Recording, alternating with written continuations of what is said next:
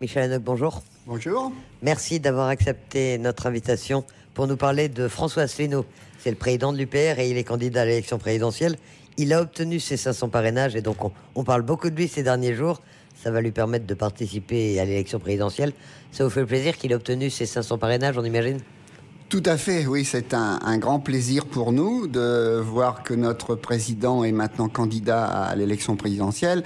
Et ce plaisir est doublement partagé puisque la délégation territoriale de l'UPR en Calédonie a contribué à cette recherche de parrainage puisqu'on a obtenu 2 parrainages sur le territoire. Ce sont les maires de Pointe-Bout et de Tours qui ont apporté leur parrainage. Et ces 2 parrainages qui rassemblent les 2 facettes de notre Calédonie, la côte Est et la côte Ouest, eh bien, montrent bien que l'UPR est un mouvement de rassemblement. Et là, c'est une de nos grandes fiertés. C'est vous qui avez convaincu ces 2 maires d'apporter leur signature, leur parrainage à François Asselineau ? Pas tout à fait, parce que au sein de la délégation, on est nombreux maintenant et on s'y est mis à plusieurs. Ce n'est pas du tout moi qui ai obtenu le parrainage de Monsieur Poindine. Par contre, c'est moi qui ai recueilli celui de Monsieur Courteau, mais il avait été bien travaillé par un de nos adhérents qui est sur Bourail et qui est un proche de lui. Alors François Asselineau est quelqu'un de relativement peu connu, même si on commence à en parler ces derniers jours. Vous-même, comment est-ce que vous avez été amené à rejoindre l'UPR? Et est-ce que vous aviez déjà un cursus politique qui vous amenait à rejoindre François Asselineau? Alors, pour être franc, j'ai découvert François Asselineau par le canal de mon fils, qui était étudiant à Subdeco Montpellier, qui a écouté une des conférences de Monsieur Asselineau, la fondamentale, 1000 ans d'histoire. Il m'a dit, les parents, il faut aller l'écouter. Effectivement, on a été l'écouter, c'était en mi-année 2013. Et avec mon épouse, on a été convaincus et on a adhéré. Pour répondre à la question, oui, personnellement, j'ai fait partie de la génération Mitterrand, mais j'avais très vite pas me senti à l'aise. Et là, je suis très très à l'aise et très très heureux d'être dans l'UPR et d'y assumer la fonction de délégué territorial. Quel est exactement le positionnement de François Asselineau? D'abord, sur l'échiquier politique, il a plutôt l'image d'un homme de droite. Oui, c'est l'image qu'on donne de lui parce qu'il a été proche de Monsieur Pasqua quand il était en opposition à la construction européenne, parce qu'il a été son chef de cabinet quand il était président du Conseil général des Hauts-de-Seine. Mais Monsieur Asselineau a aussi participé à de nombreux autres cabinets ministériels, aussi bien sous la présidence de François Mitterrand que de Jacques Chirac. L'UPR est un mouvement de rassemblement au-dessus des clivages droite-gauche et du centre. Il a d'ailleurs été classé divers par le ministère de l'Intérieur lors des élections régionales de décembre 2015. Donc l'UPR n'est pas... il est au-dessus des clivages, c'est un mouvement de rassemblement et la composition de la délégation territoriale qui a passé le cap des 50 adhérents hier, est bien à l'image de ce qu'est ce mouvement. Il y a des gens de toutes horizons, de sensibilités ethniques, religieuses, politiques, socio-professionnelles. C'est vraiment très, très, très, très chouette. Alors, quels sont les axes principaux de son programme? Quand on pense à lui, quand on voit le premier thème, c'est essentiellement la sortie de l'Union européenne, la sortie de l'euro.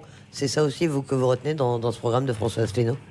Alors tout à fait, ça c'est la colonne vertébrale de son programme, c'est sortir de l'Union européenne et par là même de l'euro et sortir de l'OTAN. Alors vous allez me demander pourquoi sortir de l'Union européenne? Parce que visiblement ça ne marche pas et ça ne peut pas marcher puisqu'il n'y a aucune harmonisation fiscale ou sociale, parce que on met en concurrence le travailleur pauvre avec celui qui est encore un peu plus pauvre, parce que la libre circulation des biens, des capitaux permet les délocalisations, parce que l'euro est une monnaie qui a été surévaluée par rapport à la monnaie française, sous-évaluée par la monnaie allemande. Il y a en gros un écart de 21% entre les deux monnaies, que ça a été que la Banque européenne est à Francfort et l'euro est un marque déguisé.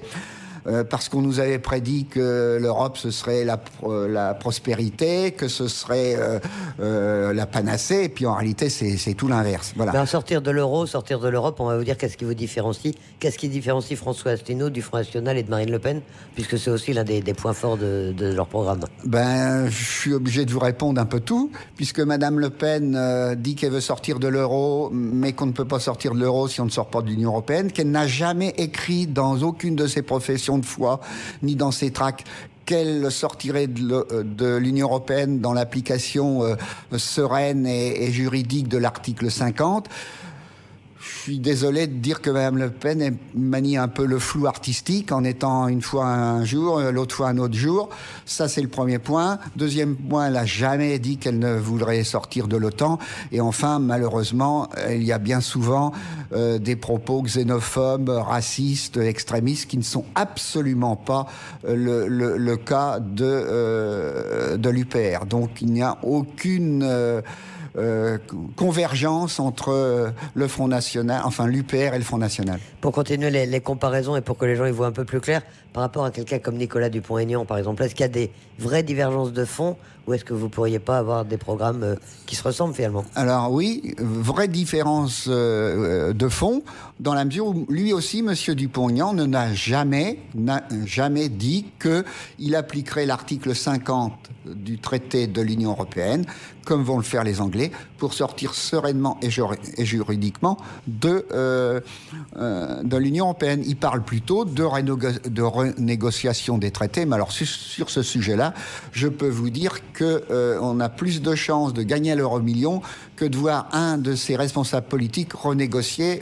un des traités de l'Union européenne, puisque, avec l'article 50 du TUE, il faut l'unanimité des États membres pour renégocier même une virgule d'un seul traité. En dehors de ces questions européennes, donc sortie de l'Union européenne, sortie de l'euro, sortie de l'OTAN, quels sont succinctement les points forts du programme de François Asselineau? Mais écoutez, le programme de François Asselineau est basé sur l'actualisation de celui du Conseil national de la résistance, qui, en 1944, était aussi un mouvement de rassemblement. Alors effectivement, très vite, puisqu'on a peu de temps, les mesures qui marquent et marquent beaucoup les gens que l'on rencontre, c'est ces mesures démocratiques. Prise en compte du vote blanc, non-cumul des mandats, pas plus de 2 mandats successifs, un casier judiciaire vierge pour tout candidat à une élection, un référendum d'initiative populaire, un arrêt des regroupements de communes et du démantèlement du tissu vivant de notre pays. Deuxième point très important, le rétablissement des prérogatives de la Banque de France de financer l'État et les collectivités publiques qui, depuis la loi Pompidou-Giscard de 73, n'autorise plus la Banque de France à se faire, ce qui fait que les États sont obligés d'emprunter auprès des banques privées, et c'est là cette dette qui est illégitime.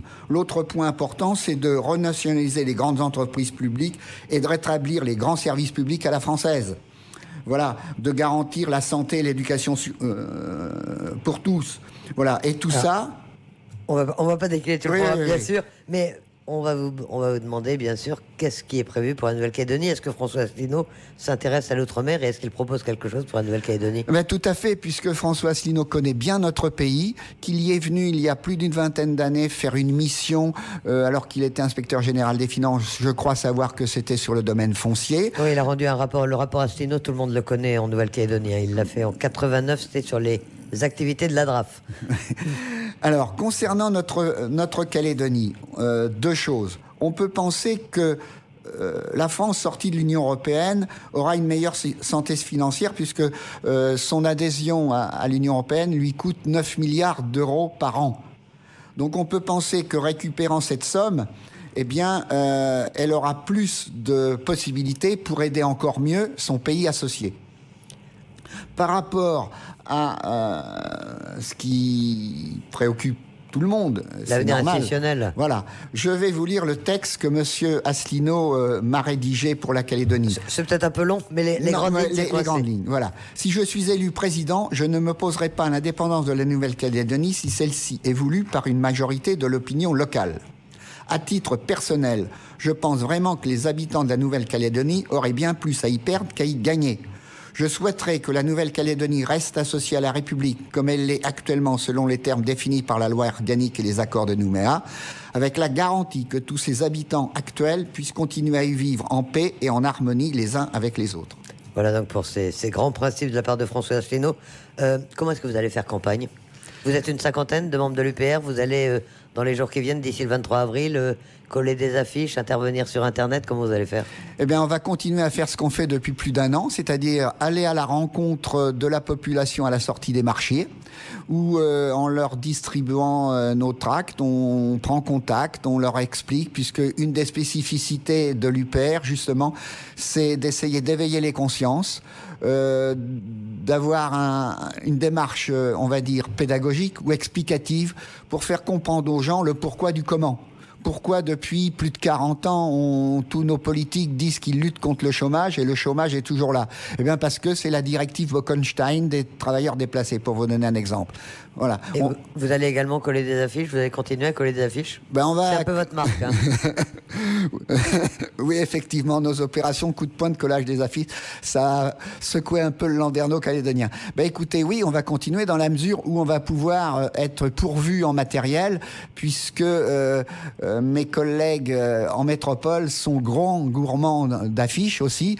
Donc voilà, on attend effectivement l'arrivée du prochain... Livraison d'affiches. Dernier point, est-ce que l'UPR va présenter des candidats aux législatives en Nouvelle-Calédonie? Eh bien, j'ai le plaisir de vous dire qu'effectivement, la délégation territoriale de l'UPR en Calédonie sera présente dans les 2 circonscriptions de notre territoire. Avec des noms déjà de candidats? Eh bien, pour ça, il vous faudra attendre un petit peu. Pour l'instant, on est sur les élections présidentielles. On arrivera aux élections législatives plus tard. Ça me donnera l'occasion de revenir vous voir. Eh bien, avec grand plaisir. Merci Michel Hanoc, délégué territorial de l'UPR, d'avoir accepté notre invitation ce matin. Retrouvez nos analyses, nos propositions, adhérez ou faites un don sur upr.fr. Retrouvez-nous aussi sur Facebook pour partager des idées et participer au direct. Twitter pour suivre les réactions de François Asselineau au jour le jour. YouTube pour ne rater aucune de nos vidéos. Pour nous aider à rétablir la démocratie, poussez-nous, abonnez-vous, partagez.